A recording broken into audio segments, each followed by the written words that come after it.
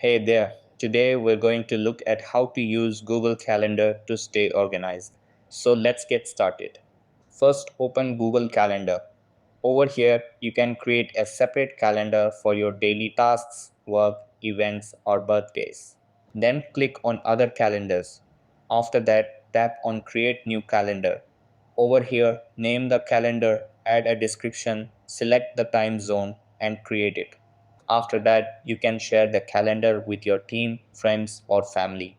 Over here, click on Access and Permissions, then tap on Add People and Groups to share it.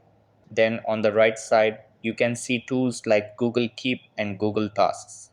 Over here, open Keep to create notes or tasks that sync automatically. After that, open Tasks to add specific tasks.